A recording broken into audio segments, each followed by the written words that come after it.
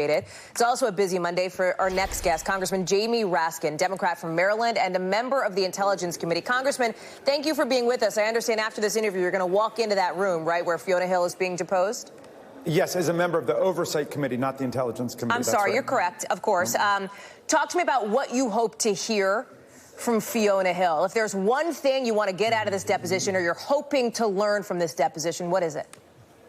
Well, I think what we saw last week and what's been coming out in the media suggests that there was indeed a very powerful shadow foreign policy being operated out of Ukraine by the president's lawyer, Rudy Giuliani, and Mr. Parnas and Mr. Fruman, the gang that couldn't shoot straight.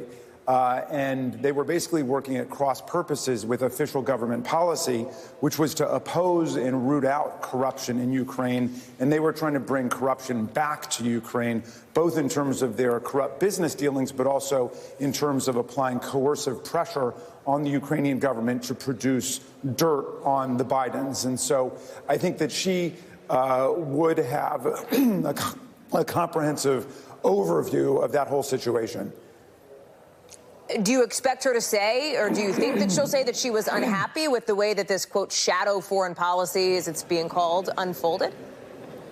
Well, you know, she's obviously a professional. I don't expect her to do a lot of editorializing, but I think that, like Ambassador Yovanovitch, she will state the facts and we will be able to draw our own conclusions about them. But what we've seen essentially is that the president was operating on two tracks. One was he was trying to undermine the official State Department apparatus, and two, he had unleashed Giuliani and his team to go out to do his political will in Ukraine.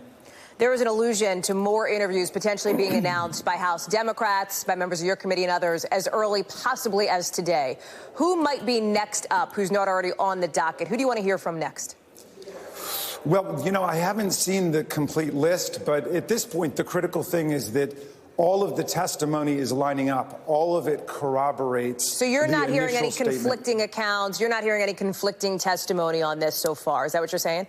Not at all. I mean, there might be a few interpretive differences, but essentially everybody is telling us the same thing, which is that phone call was just the tip of the iceberg on July 25th. What was underneath it was a very deliberate, premeditated strategy by the President of the United States to withhold $391 million in military and security assistance in order to shake down the Ukrainian government for the political favors he wanted, as well as for a number of other things that are starting to come out now. And does that line up with what you heard from the former ambassador to Ukraine, Maria Yovanovitch, who I know was deposed on Friday? I think you were also in the room for part of that. Are you saying that that is essentially what she was telling you as well? Well, I can't recite her specific testimony, but nothing I've heard from anyone contradicts that basic sense about what was going on. The president, as everybody can tell, conducts his own foreign policy through one-to-one contacts with either the president of Syria or the president of Turkey or Vladimir Putin or whatever, and he makes these deals that totally upset what normal U.S. foreign policy is, and then everybody is scrambling to cover it up. And that's why after the shakedown and the sellout of our principles, the cover-up took place where they tried to hide evidence of the phone call in the secret server in the Oval Office. You may have seen that the president, again this morning, is calling on the whistleblower's identity to be revealed. I know there are some concerns with your colleagues on the Democratic side of the aisle about protecting that person's identity. And perhaps it sounds like that may mean this whistleblower not testifying at all. Do you need to hear from this whistleblower? And do you think this person will testify or not?